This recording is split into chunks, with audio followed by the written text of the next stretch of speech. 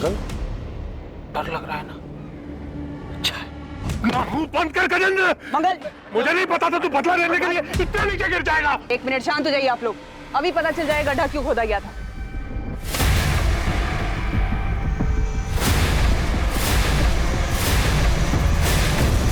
ये तो बछड़ा है। मेरी भैंस का बच्चा पैदा होते ही मर गया था, तो उसको यहाँ गाड़ दिया मैंने। तो ये सब पहले नहीं बता सकते थे तुम? ये बखेड़ा खड़ा करने की क्या जरूरत थी? मुझे इस आदमी के चेहरे पर डर देखना था, कुछ तो सुकून मिला। इसने जो मेरी पार्वती के साथ किया है ना, कभी माफ नहीं करूंगा इसको।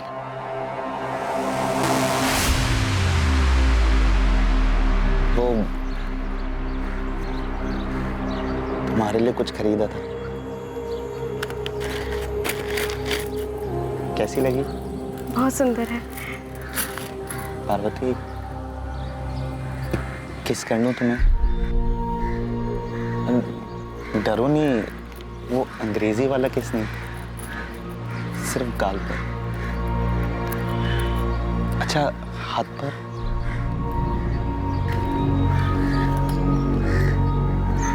माफ करना अगर तुम्हें बुरा लगा तो। मैंने सोचा हमारी शादी होने वाली है तो शायद तुम्हें बुरा नहीं लगेगा। आजकल हिंदी फिल्मों में भी अंग्रेजी वाला किस करते हैं ना?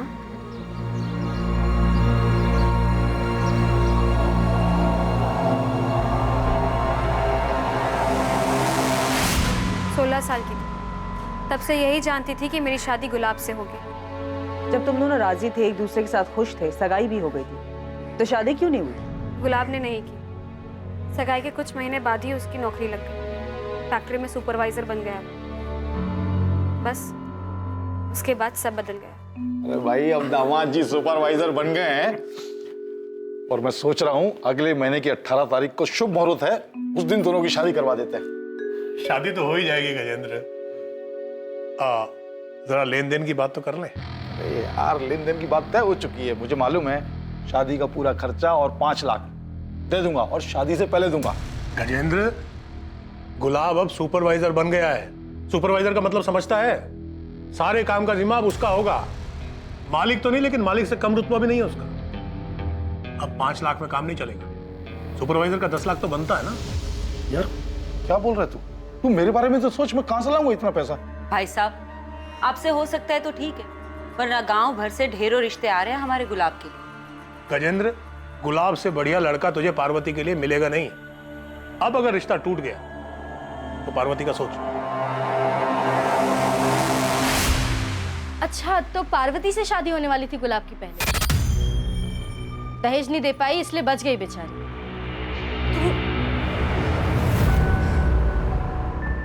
आपने उस गजेंद्र को देखा कैसे सबके सामने मुस्कुरा रहा था? हमारे लापता बेटे का मजाक उड़ा रहा था। कैसे शैतान आदमी से दोस्ती थी आपकी। कहीं कहीं उसी ने तो हमारे गुलाब को कुछ कर नहीं दिया होगा ना? कर सकता है गजेंद्र। इस बात को इतना वक्त हो चुका है, लेकिन आज भी उसकी आंखों में मुझे वही नफरत दिखाई देती है। नफरत करता हूं उस मंगल से मैं। पैसों के लालच में उसने बरसों पुरानी दोस्ती तोड़ दी, मेरी बेटी का दिल तोड़ा, शादी तोड़ दी, मेरा भरोसा तोड़ दिया उसने। और गुलाब, उसने कुछ नहीं कहा मंगल से? गुलाब तो बस नाम था उसका, भीतर से तो कांटा था बबूल का। वो अपने बाप की तरह पैसों का लालची। मेरी बेटी को गलतफहमी थी कि वो उसे प्यार करता है। प्यार करता हूं तुमसे, लेकिन अपने घर वालों के खिलाफ भी तो नहीं जा सकता। वो भी तो सही बोल रहे हैं। उन्होंने क्या गलत मांग रखी है? कैसी बातें कर रहे हो? पापा इतने सारे पैसे कहाँ से लाएंगे? वो तुम्हारे वो खेत है ना, उनको बेचकर बड़े आराम से आ जाएंगे। उस खेत से घर चलता है हमारा। पार्वती, समझो, हम दोनों हमेशा के लिए साथ हो सकते हैं। तुम्हें बस अपने पापा को मनाना है और फिर सब सही हो जाएगा। मैंने तुम जैसा लालची और खुदगर्ज आदमी अपनी जिंदगी में नहीं देखा। अपनी खुद की कमाई से एक बाइक खरीदने की औकात नहीं है तुम्हारी। अगले 1 महीने में उन लोगों को बाइक और 10 लाख रुपए देने वाले लोग मिल गए। गुलाब की शादी हो। तो तुम्हारे और गुलाब की शादी टूटने की वजह से तुम्हारे पिता की तो काफी बदनामी हुई होगी। काफी गुस्सा आया होगा तुम्हें गुलाब और उसके परिवार पर। आया, बहुत आया, और किसी को भी आता। तो इसलिए तुमने और तुम्हारे पिता ने गुलाब के साथ कुछ कर दिया। मार दिया उसे? करना बहुत कुछ चाहता था, लेकिन ऊपर वाली की लाठी में ना आवाज नहीं होती है। देखिए ना, पूरा 1 साल नहीं हुआ शादी की है और गुलाब गायब हो गया। छुपी तो होगी ये बात कि जो सुख आपकी बेटी को नहीं मिला वो गुलाब को मिल गया। मधु के साथ उसने सुखी परिवार जो बसा लिया था। जो होता है अच्छा होता है। और मधु को क्या हासिल हुआ उस शादी से? दुख। गुलाब ने उसे घर से बाहर निकाल दिया था, लेकिन उस मधु को मानना पड़ेगा। डरी नहीं वो। गिराजपुरा पुलिस स्टेशन पर जाकर रिपोर्ट लिखाई उसने। वहां से पुलिस आई और गुलाब को उठा के ले गई। हाँ सर, ये 6 महीने पहले का केस है। गुलाब की पत्नी मधु ने गुलाब के खिलाफ दहेज उत्पीड़न का कंप्लेंट किया था। साहब, अरे साहब क्या बात क्या है? आपने कहाँ लेकर जा रहे हैं मेरे बेटे को? दहेज उत्पीड़न की कंप्लेंट किया आपकी बहू ने गुलाब के खिलाफ। दोनों परिवारों के बीच कोई समझौता हो गया था तो मधु ने केस वापस ले लिया था। इतना बड़ा कांड हुआ, दहेज का केस हो गया गुलाब के खिलाफ, वो अरेस्ट हुआ था, और ये बात ना तो मंगल ने हमें बताई और ना ही मधु ने। और सर, गुलाब की फैमिली ने कहा था कि गुलाब की किसी से दुश्मनी नहीं थी, और अब ये गजेंद्र वाला एंगल सामने आया। गजेंद्र के कॉल रिकॉर्ड्स निकलवाओ। हो सकता है किसी को सुपारी दी हो गुलाब को गायब करवाने के लिए, और ये मधु और मंगल से दोबारा पूछताछ करते हैं। सो देवास के मालिक नगर पुलिस का फोन था। मनीष को ट्रेस कर लिया, उनकी हिरासत में। आखिरकार लगने लगा था कि जांच अब सही दिशा में आगे बढ़ रही थी। दोबारा पूछताछ में अतीत की कई दबी बातें सामने आने वाली थी, पर आखिरकार ये सारा मामला था क्या? 6 महीने पहले क्या हुआ था? और क्या मधु और उसका परिवार गुलाब को उसके किए के लिए माफ कर पाया था? दूसरी तरफ factory worker Manish Pandey police की गिरफ्त में आ चुका था। क्या उसने गुलाब के साथ कुछ गलत किया था? पुलिस इन सभी सवालों के जवाब खोज रही थी, और तब उनके सामने एक और चौंकाने वाली खबर आने वाली थी।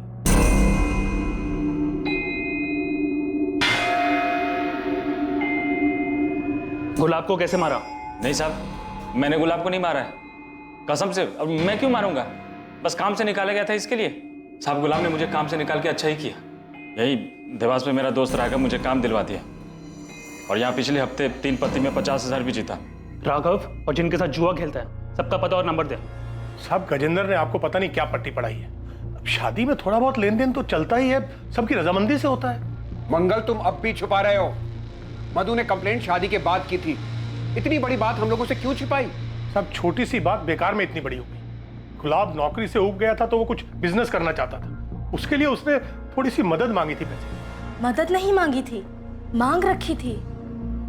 बड़ी मुश्किल से मेरे पापा ने दहेज के लिए 10 लाख रुपए जमा किए और बिरजू की बाइक भी दी। लेकिन शादी के 3 महीनों बाद गुलाब फिर पैसे मांगने लगा।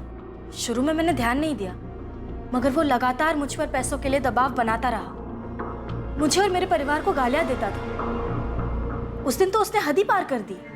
माँ जी, आप ये नहीं समझाइए ना, मेरे पापा और कहाँ से पैसा लाएंगे? थोड़ी जमीन बेच दे या कर्जा ले ले, आखिर भला तो उनके ही बेटी दामाद का होने वाला है। माँ जी, पाई जोड़कर उन्होंने मेरी शादी की है। पहले से बहुत कर्जा है उनके सिर पे। अरे वो कर्जा तो तेरा भाई बिरजू उतार देगा जब उसकी शादी होगी तो। मोटा दहेज लेगा ना, हमारी तरह 10 लाख में थोड़ी मानेगा। तुझे प्यार से समझा रहा हूँ तो समझ ही नहीं रही है। मेरा बिजनेस बढ़ेगा तो तेरा भी तो भला होगा।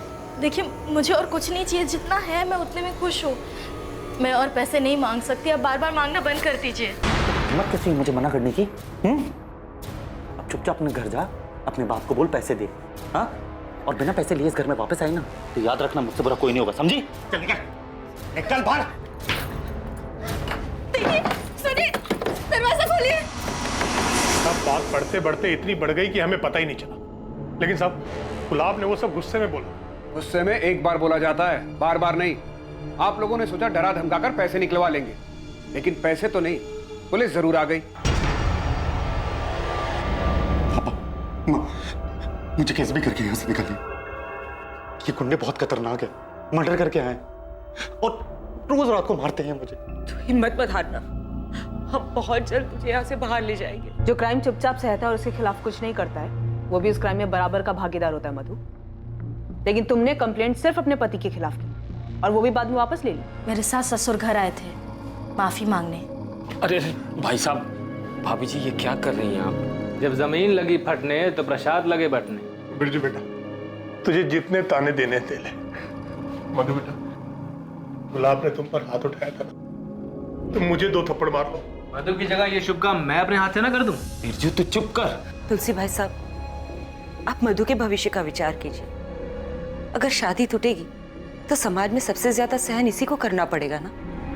देख मधु बेटा, वो तेरा पति है, उसको सजा देकर तुम खुद अपना जीवन बर्बाद कर रही हो। माफ कर दो गुलाब को, एक मौका दे दो। सर मनीष के दोस्त राघव से बात हुई, इसने उसने देवास में काम दिलवाया था। बाकी जुए में पैसे जीता था मनीष सर, और उसका फ़ोन भी सच में ख़राब हुआ था। सर लगता नहीं कि गुलाब के गायब होने में इसका कोई हाथ होगा। वैसे मैंने मनीष को देवास छोड़ के जाने से मना किया। सर अपने सास ससुर को लेके मधु की नाराजगी जाहिर है, तो मुझे नहीं लगता कि मधु गुलाब के साथ ऐसा कुछ करेगी, क्योंकि इसमें उसको कोई फायदा नहीं है। सर मधु चाहती तो ससुराल आने से मना कर सकती थी, क्योंकि उसकी फुल फैमिली का सपोर्ट था उसे। सर धीरज का फ़ोन। हाँ धीरज बोलो। सर आपने कहा था ना कि गुलाब के बारे में कुछ याद आए तो मैं आपको फ़ोन करके बता दूं। सर कुछ याद आया, हो सकता है आपके काम की बात है। तो समझ नहीं रहा है गुलाब, नगमा अपने भाई फैजल से बहुत डरती है। और यार सही भी तो है, अगर फैजल को हमारे बारे में पता चल गया ना तो अगले दिन हमारी लाशें मिलेंगी। ये सब साले ना, ये सारे ऐसे ही होते हैं। मेरा साला बिरजू भी ना ऐसा ही है, उसका बस चले ना तो मेरी जान ले ले वो। सर बिरजू को लेके गुलाब का डर वाकई जायज था। मधु के साथ साथ इस बिरजू और उनके पिता तुलसीदास की भी कॉल और लोकेशन डिटेल्स निकलवाओ। कहीं ये पूरा परिवार शामिल तो नहीं है इस सब में? पुलिस को अभी भी आप पे शक है? शक करने से क्या होता है बेटा, सबूत चाहिए होता है, सबूत। तो मेरी चिंता मत कर, बस तमाशा देखती जा। देख बिरजू, मैं तेरे साथ थाने में अंदर नहीं आ सकता, इसलिए जो बोला है, जितना बोला है उतना ही घुमा घुमा के बताते रहना। गुस्से पर काबू रखना, तो उसका अंजाम सबको भुगतना पड़ेगा। अरे हाँ ना, मुझे पता है माँ क्या बोली। इतना भी बेवकूफ़ नहीं हूँ मैं, इतना तुम समझते हो मुझे।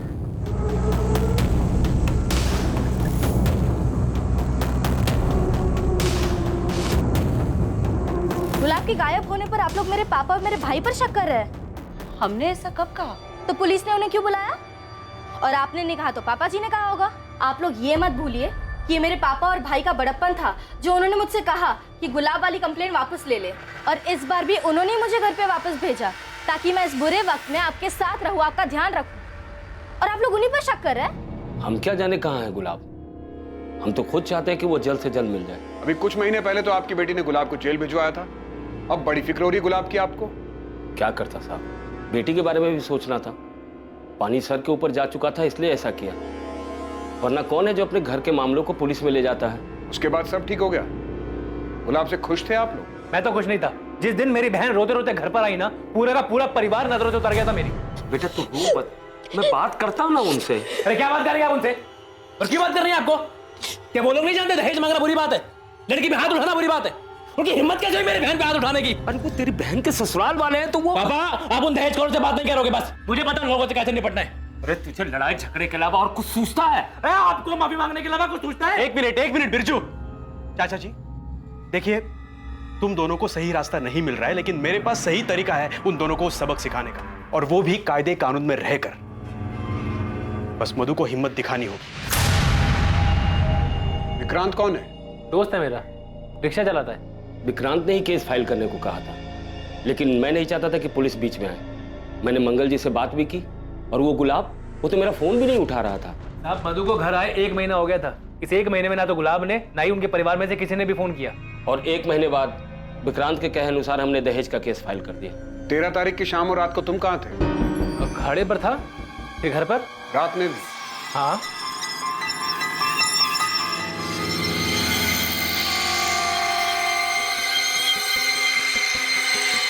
सब ठीक गया ना अंदर?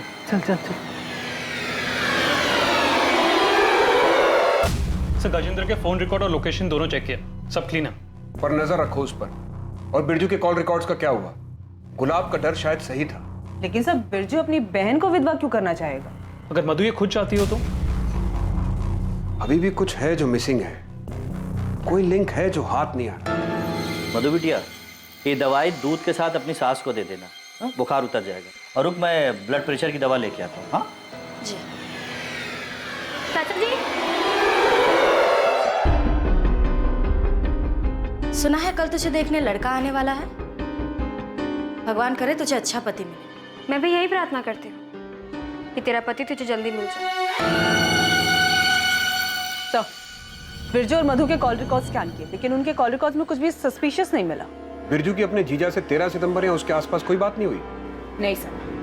मैडम, मधु के फ़ोन रिकॉर्ड में आपको कुछ नहीं मिलने वाला, क्योंकि नॉर्मल फ़ोन पे बात ही नहीं करती थी। मधु अपने आशिक से इंटरनेट पे बात करती थी।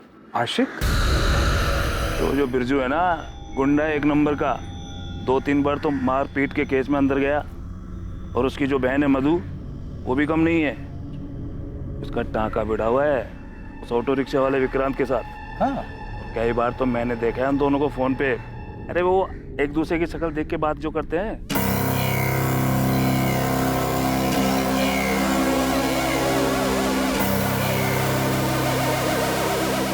दहेज उत्पीड़न हुआ, तुम्हें घर से निकाला गया और गुलाब का अफेयर।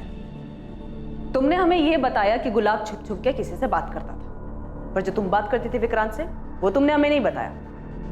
इतना रीजन काफी है गुलाब को गायब कराने के लिए? हाँ, मैं मानती हूँ कि मेरा और विक्रांत का रिश्ता है, मगर हम उसके लिए गुलाब को गायब क्यों करेंगे? गुलाब को तो कुछ पता ही नहीं था इसके बारे में। जैसे तुम्हें पता चल गया था कि गुलाब छुप छुप कर किसी से बात करता है, वैसे ही उसे भी पता चल गया हो तो क्या मैं तब भी उसे गायब क्यों करूंगी? विक्रांत तुम्हारे गांव का है, तुम्हारे भाई का करीबी दोस्त। तो शादी से पहले से जानती थी तुम उसे? नहीं, ये गुलाब की वजह से हुआ। मैं जानती थी कि मेरे पापा ने बड़ी मुश्किल से दहेज के पैसे जमा किए थे, इसलिए शादी के बाद मैं सभी को खुश रखना चाहती थी। लेकिन गुलाब के घर से निकाले जाने के बाद मैं टूट सी गई थी। ऐसे में विक्रांत ने मुझे संभाला। मधु, तुम ऐसे कभी नहीं थी, इतनी बेचारी, इतनी कमजोर। अब हालात बदल चुके हैं विक्रांत। अब मैं वो औरत हूँ जो अपने पति के लिए रोती है, वो पति जिसने उसे घर से बाहर निकालने से पहले एक बार भी नहीं सोचा। नहीं मधु, इस हालत में मैं तुम्हें देख नहीं सकता हूँ मधु। तुम्हें मेरी इतनी चिंता कब से होने लगी? चिंता तो हमेशा से ही थी मधु। तुम्हारी शादी के बाद में मैं तुम्हें भूल नहीं पाया। अगर हिम्मत करके पहले ही सब बता दिया होता तो शायद आज ये सब नहीं हो रहा होता। मैंने गलती करी है और मैं ये नहीं चाहता हूँ कि तुम भी वही गलती दोहराओ। तुम्हें जो सही लगे वो करो, मैं हमेशा तुम्हारे साथ रहूंगा। अपने हक के लिए लड़ो, उसके लिए लड़ो जिससे तुम्हें खुशी मिलती हो। विक्रांत ने मेरा साथ दिया, मेरी हिम्मत बढ़ाई। प्यार करता है वो मुझसे। वो तो चाहता ही नहीं था कि मैं गुलाब के घर वापस जाऊं। लेकिन तुम अपने ससुराल वापस गई क्यों? तुम नहीं प्यार करते विक्रांत से? बिल्कुल करती हूँ, लेकिन मुझे उन लोगों से बदला लेना है। इतनी आसानी से छोड़ने वाली नहीं थी मैं गुलाब को। शादी के कुछ ही महीनों बाद उसने दहेज के लिए मुझे सताना चालू कर दिया। और बदले का गुस्सा तुम पर इस कदर हावी हो गया कि तुमने हमेशा के लिए गुलाब को रास्ते से ही हटा दिया। नहीं, मैंने ऐसा कुछ नहीं किया। गुलाब ने तुम्हें सताया, तुम्हें परेशान किया, जिसका तुम बदला लेना चाहती थी। तो तुम्हारा ये बदला लेने में तुम्हारी मदद किसने की? विक्रांत ने या तुम्हारे भाई बिरजू ने? उन दोनों ने कुछ नहीं किया है। बिरजू को तो कोई भनक भी नहीं थी मेरे और विक्रांत के रिश्ते के बारे में। तो ये तुमने किसी और से करवाया? नहीं, लेकिन क्या? मुझे लगता है ये पार्वती के पिता गजेंद्र का काम है। तू मधु है ना बेटा? गुलाब की पत्नी? जी काका, नमस्ते। क्या हुआ? क्या ढूंढ रही? कुछ खो गया क्या? काका, वो मेरी चप्पल नहीं मिल रही। ओहो, इतने सारे जूते चप्पलों में एक चप्पल को ढूंढना कितना मुश्किल है। तो इतने गुमशुदा लोगों के बीच एक आदमी कैसे मिलेगा? बेटा, मैंने तो सुना था तू समझदार है। तू इस घर में कैसे आ गई? तुझे कोई और घर मिल जाएगा। मैं बता रहा हूँ, गुलाब तेरे लायक नहीं है और वो कभी लौट के नहीं आएगा। चलता हूँ। हाँ, मैं मिला था मधु से मंदिर के बाहर, पर मैंने उससे सिर्फ इतना पूछा कि वो वापस क्यों आ गई। ये नहीं कहा कि गुलाब कभी लौटेगा नहीं। झूठ बोल रही है वो। ऐसे क्यों देख रहे हैं? आपको क्या लगता है मैं झूठ बोल रहा हूँ? हाँ बिल्कुल, वो झूठ बोल रहे हैं। मधु ने हमें बताया था। मैं जानता हूँ उस गजेंद्र को, वो बोल सकता है ऐसे। इन दोनों में से एक तो झूठ बोल रहा है, लेकिन कौन झूठ बोल रहा है? ऐसा कोई ठोस सबूत भी नहीं है कि दोनों की पूछताछ करके सच उगलवा सकते। बिरजू की लोकेशन डिटेल्स कब तक आ रही है? सर, जल्द से जल्द भेजने को कहा। और विक्रांत का क्या हुआ? उसको आज बुलाया सर। सर, मैं मधु से प्यार करता हूँ और चाहता हूँ कि वो गुलाब से तलाक ले ले। अब माफी मांग ली ना उन्होंने, गुलाब भी अंदर है। बहुत हो गया यार, अब तलाक दे दो उसे, हम शादी कर लेंगे। तुम समझ नहीं रहे हो विक्रांत। गुलाब और उसके परिवार ने जो मेरे पापा और मुझे बेइज्जत किया है ना, उसका बदला लिए बिना मैं उसे छोड़ने वाली नहीं हूँ। और मेरा क्या, हमारा क्या? मैं ये चाहता हूँ कि हम दोनों की शादी जल्द से जल्द हो। तुम्हें पाने के लिए मुझे और क्या करना होगा मधु? मधु को पाने का कोई और रास्ता नहीं था तेरे पास, इसलिए मजबूरी में मारा गुलाब को। नहीं सर, मैंने गुलाब को नहीं मारा। मैं जानता हूँ ये तेरा ही काम है। तुझे मधु चाहिए थी ना, और मधु को वहां बदला लेना था, इसलिए तूने पूरा मामला ही साफ कर दिया। साहब आपकी गलतफहमी हुई है। मैं तुझे यहां से बाहर नहीं जाने दूंगा जब तक तू सच नहीं बता देता। सर, बिरजू के बारे में कुछ पता चला है? सही है, बिरजू का लोकेशन रिकॉर्ड।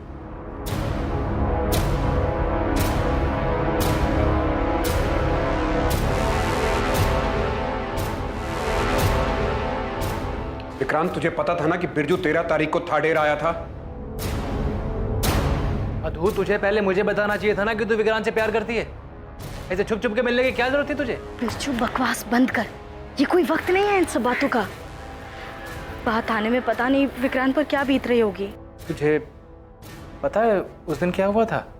हाँ, बताया विक्रांत ने मुझे, इसलिए मैंने पुलिस स्टेशन में गजेंद्र का नाम लिया ताकि पुलिस को शक उन पर जाए।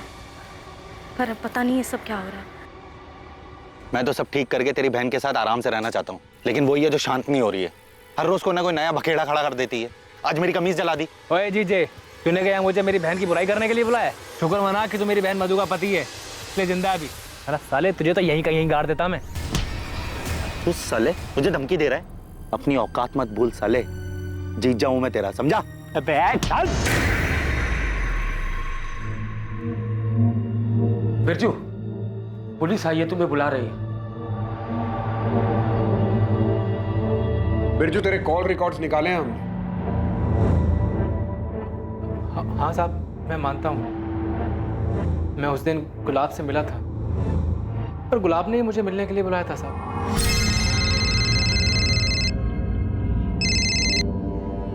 कौन? बिरजू, जीजा बोल रहा हूँ। उसने जंगल के पास मुझे मिलने के लिए बुलाया था। मैं जब उससे मिला तो वो मुझसे मेरी बहन की बुराई करने लगा।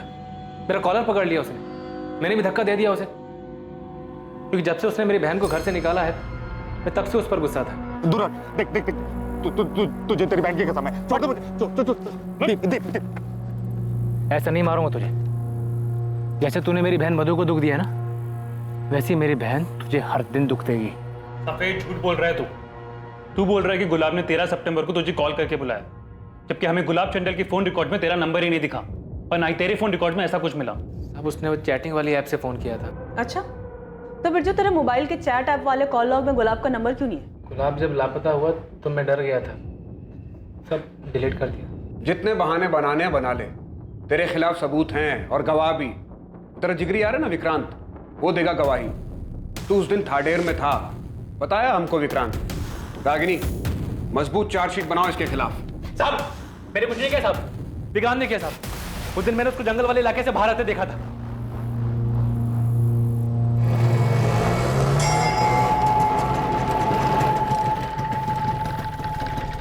तू यहाँ क्या कर रहा है? अरे वो थाडेर की सवारी मिली तो आ गए यहाँ पे। तू क्या कर रहा है यहाँ पे? अरे वही मेरा फट्टू जीजा, उससे मिलने आया था। चल साथ में निकलते हैं। साहब, शायद मेरे जाने के बाद विक्रांत ने गुलाब को मार दिया है ताकि वो मेरी बहन से शादी कर सके। मैं आपको उसका नाम नहीं बता रहा था, मुझे लगा मेरा दोस्त है, पर उस कुत्ते ने अपने आप को बचाने के लिए मेरा नाम आपको बता दिया। नहीं चाहिए मुझे ऐसी दोस्ती।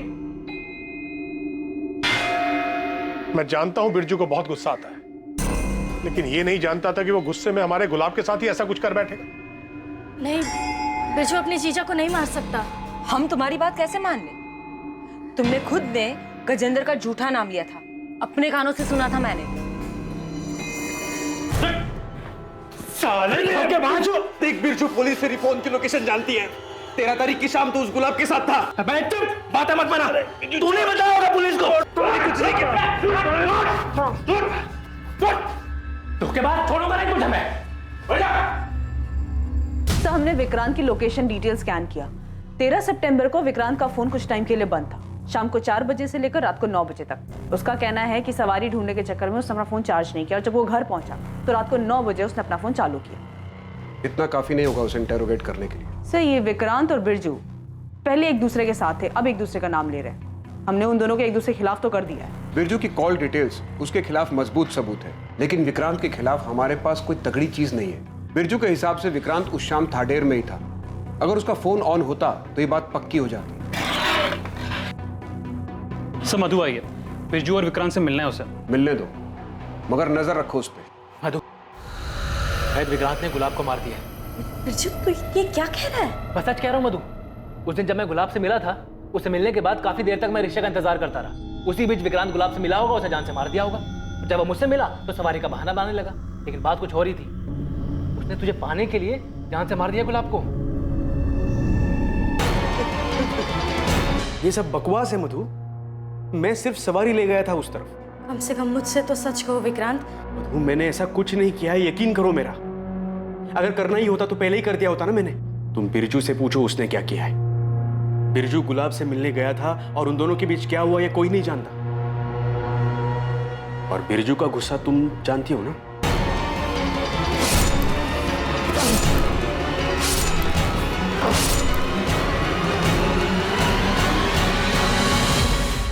सब मिले हुए,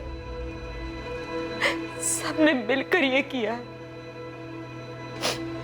यहाँ हम दहेज मांगने के लिए शर्मिंदा होते रहे और वहां उन सब ने मिलकर गुलाब को मारने की साजिश रच ली। मैं छोड़ूंगा नहीं सबको, किसी को नहीं छोड़ूंगा। साहब बिरजू ऐसा नहीं कर सकता, मैं जानता हूं अपने बेटे को। बिरजू ने नहीं किया तो विक्रांत ने ऐसा किया। साहब मैं उसके और मधु के बारे में कुछ नहीं जानता था, लेकिन मैंने उसको बचपन से देखा, काफी समझदार है, ऐसा कुछ नहीं करेगा वो। मैं जानता हूं मेरे बेटे को किसने मारा। आप शिकायत लिखिए साहब, मैं बताता हूं आपको उन लोगों के नाम। फांसी पर चढ़ा दीजिए उन लोगों को जिन्होंने मिलकर मेरे बेटे को मारा है। किसने मारा है? मधु, उसका भाई बिरजू, उसका बाप तुलसीदास और वो विक्रांत जिसका चक्कर है मधु के साथ। इन सब ने मिलकर मेरे बेकसूर बेटे को मारा। ये क्या बात कर रहे हैं मंगल जी? हम मारेंगे अपने दामाद को? हाँ, हमने ऐसा कुछ नहीं किया। हम दहेज मांगने की बात पे थोड़ा गुस्सा थे, पर कुछ नहीं किया हमने। तुम लोग गुस्सा थे, इतना गुस्सा कि मेरे बेटे की जान ले ली। छोड़ूंगा नहीं मैं किसी को, आखिरी सांस तक लड़ूंगा मैं इंसाफ के लिए। साहब छोड़िए मत इनको, इन सब लोगों ने मिलकर मेरे बेटे की जान ली है। मंगल की लिखित शिकायत देने के बाद तुलसीदास, बिरजू और विक्रांत से लॉकअप में कुछ दिनों के लिए पूछताछ की गई, लेकिन दोनों ने ना ही अपना जुर्म कबूल किया और ना ये बताया कि गुलाब की डेड बॉडी कहां है। मधु से भी कड़ी पूछताछ की गई, लेकिन उसने भी अपना जुर्म कबूल नहीं किया। इस केस को सर्कमस्टेंशियल एविडेंस के आधार पर मर्डर केस की तरह क्लोज कर दिया गया। एसपी सर से बात हुई, उन्होंने बताया कि मंगल इस केस को लेकर काफी ऊपर तक गया है। बहुत हंगामा मचाया उसने ताकि कोई एक्यूज न छूटे। लेकिन सर उन लोगों के खिलाफ सिर्फ सर्कमस्टेंशियल एविडेंस है और किसी ने कन्फेस भी नहीं किया। इसलिए हमें एक मजबूत चार्जशीट बनानी होगी। लेकिन सर हमें अभी तक गुलाब की डेड बॉडी नहीं मिली है, तो फिर क्लोजर रिपोर्ट कैसे फाइल होगी? रागिनी, ये जरूरी नहीं है कि हर बार परफेक्ट क्लोजर मिले। सर्कमस्टांसेस एविडेंस से भी मजबूत केस बनाया जा सकता है, जो सजा दिलवाने के लिए काफी होगा। पुलिस ने मधु, तुलसीदास, बिरजू और विक्रांत के खिलाफ चार्जशीट दायर की और अदालत ने उन्हें जुडिशियल कस्टडी में भेज दिया। आखिरकार पुलिस की इन्वेस्टिगेशन खत्म हुई और मामला अदालत पर पहुंचने के बाद फैसले का इंतजार होने लगा। पुलिस दूसरे केसेस में बिजी हो गई। गुलाब के माता पिता अपने बेटे की मौत से शोक और तकलीफ में थे और जिंदगी की इस हकीकत का सामना कर रहे थे। गुलाब की बॉडी ना मिलने से उन्हें समापन भी नहीं मिल पा रहा। कुछ वक्त के बाद मधु को बेल मिल गई और वो अपने पिता के घर रहने लगी। 2 साल बाद एक ऐसा संयोग होने वाला था जो इस अधूरे केस को पूरा करने वाला था। गुलाब मर्डर केस जो अब तक पुरानी फाइलों में दफन था, वो फिर से खुलने वाला था।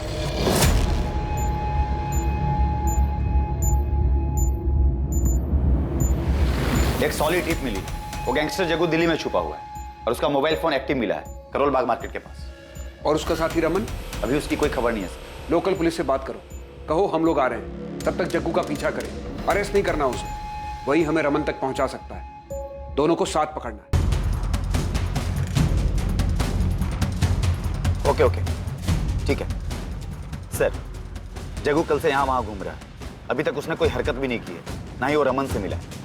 सर हमें नहीं लगता कि वो हमें रमन तक ले जाएगा। सर कहीं ऐसा ना हो कि जग्गू भी हमारे हाथ से निकल जाए। अभी फिलहाल कहाँ है जग्गू? गोविंदपुर इलाके में है सर। चलो उठाते हैं उसको। तो कहाँ है जग्गू? मार्केट के आगे वाले मोहल्ले में छुपा है।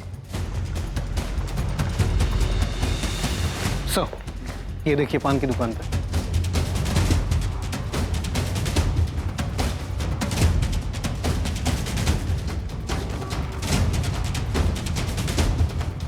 जग्गू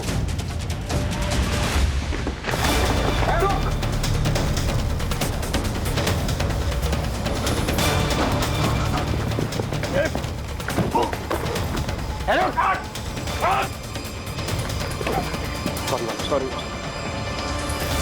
देखा नहीं मैंने, सॉरी। रुक, गुलाब है ना? हाडेर गांव में घर है तेरा? तो मर चुका था।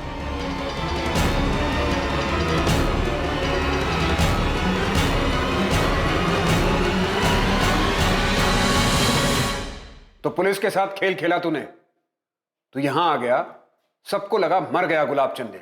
कौन गुलाब साहब? मैं किसी गुलाब को नहीं जानता, मेरा नाम तो गुलशन है। देख, तू 2 साल से हमको बेवकूफ बना रहा है। अब अगर एक भी शब्द झूठ बोला तो तेरा वो हाल करूंगा, पूरी जिंदगी दिन का उजाला देखने के लिए तरस जाएगा।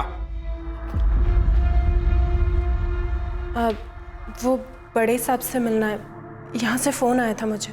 आपका नाम? श्वेता, मैं गुलशन गुलाब चंदेल की पत्नी हूँ। अपना नाम बदलने का एक ही तरीका सूझा तुझे? अपनी पत्नी और उसके पूरे परिवार को अपने ही मर्डर केस में फंसाकर भाग जाने का? अब सब कुछ सच सच बता दे। उस दहेज के केस के बाद बहुत बेइज्जती हुई साहब मेरी। मधु और उसके परिवार ने मुझे कहीं का नहीं छोड़ा था साहब। केस वापस लेने के बाद मधु भी घर वापस आ गई, लेकिन एकदम बदल गई थी साहब। वो मुझे ताना मारने, मुझे जलील करने और मुझे तकलीफ देने का एक मौका नहीं छोड़ती थी। तूने जो दूसरों के साथ बर्ताव किया, ये सब उसी का नतीजा था। आगे बोल। उसके बाद मैं श्वेता से मिला। तुम गुलाब की पत्नी हो? हाँ सर, मेरे पति बेकसूर हैं, उन्होंने कुछ भी नहीं किया। हम लोग तो बस थाडेर से सब कुछ छोड़कर यहाँ आ गए थे। तुम कब और कैसे मिली गुलाब से? सर 2015 में मेरे पहले पति की मौत हो गई थी, बहुत अकेली हो गई थी। मेरे ससुराल वालों को लगता था कि मैं अशुभ हूँ उनके लिए, मेरी वजह से उनके बेटे की मौत हुई। जैसे तैसे ठोकरें खाकर कुछ वक्त गुजारा मैंने, लेकिन फिर हिम्मत जुटाई, फिर एक फैक्ट्री में काम करने लगी। गुलाब वहाँ पर सुपरवाइजर थे। मेरे लिए उनका बर्ताव बाकी सबसे बहुत अलग था, बहुत अच्छा। वाह, हमारा हाथ तो बड़ा तेज चल रहा है। अच्छा सुनो, आज 1 घंटे का ओवर टाइम कर लोगी? शीला नहीं आई है ना, और ये सारा काम आज ही खत्म करना है। फिक्र मत करो, तुम्हें ओवर टाइम का अलग से पैसा मिलेगा। हाँ कर लूँगी। श्वेता का अकेलापन मेरी हालत से जुदा नहीं। जहाँ वो बिल्कुल अकेली थी, वहाँ अपनों के बीच में रहकर भी मैं खुद को अकेला महसूस करता था। श्वेता अक्सर ओवर टाइम करती थी साहब, और इसी बीच हम दोनों के बीच में काफ़ी बातें होने लगी।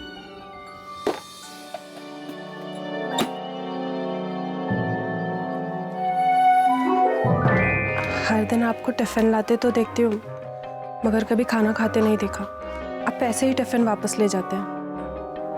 ये मैंने आपके लिए बनाया है। आइए बैठी ना।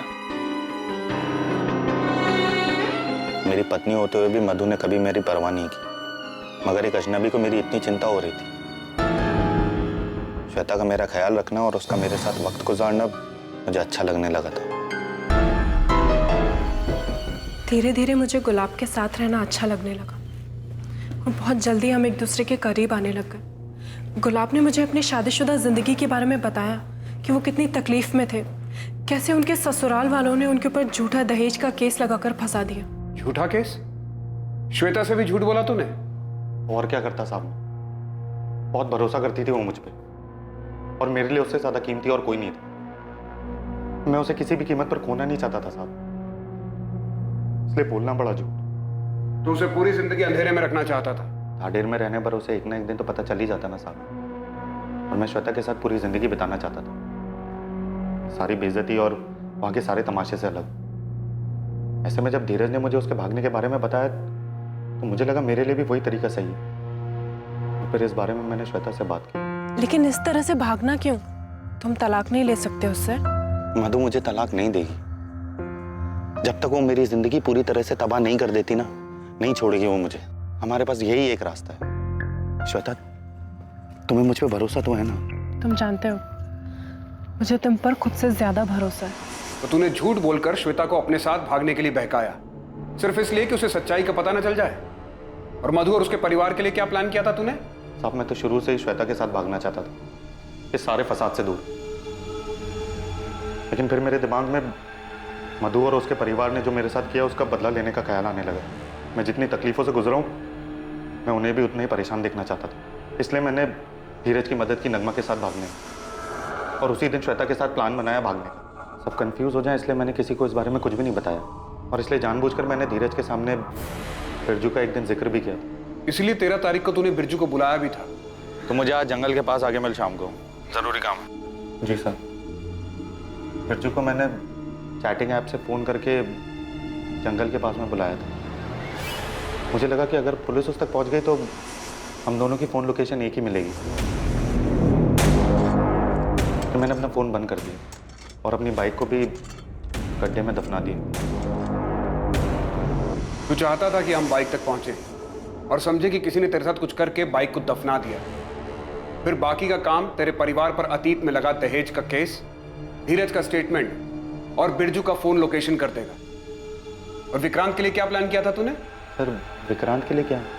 तू नहीं जानता, मधु का अफेयर था विक्रांत के साथ। मधु का अफेयर था? सर, मुझे जरा भी अंदाजा नहीं था गुलाब बदला लेने के लिए ये सब प्लान कर रहे हैं।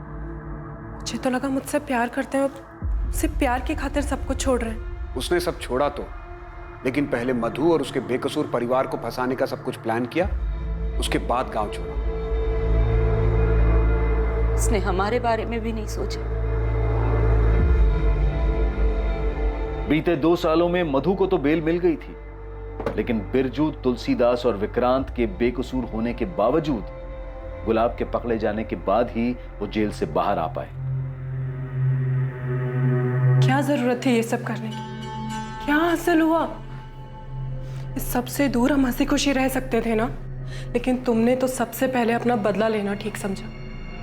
उन बेकसूर लोगों को फंसाया, लेकिन तुम कर्म का चक्र भूल गए। गुलाब चंदेल के जिंदा मिलने पर मधु, तुलसीदास, बिरजू और विक्रांत पर उसकी हत्या के लिए दायर किया गया केस खारिज करके उन चारों को बाइज्जत बरी कर दिया गया। दूसरी तरफ गुलाब चंदेल को धोखाधड़ी करने के लिए आईपीसी की धारा 420 के तहत गिरफ्तार किया गया। फिलहाल गुलाब जमानत पर बाहर है। जिंदगी में यह समझना बहुत जरूरी है कि हमें कभी भी अपनी भावनाओं के आगे घुटने नहीं टेकने चाहिए।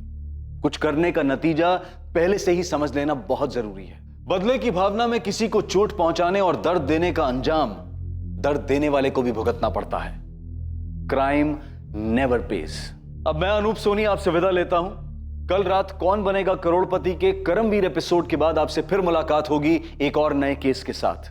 2 दिसंबर से देखिए क्राइम पेट्रोल सतर्क एक नए समय पर, सोमवार से शुक्रवार रात 10:30 बजे, सिर्फ सोनी टीवी पर।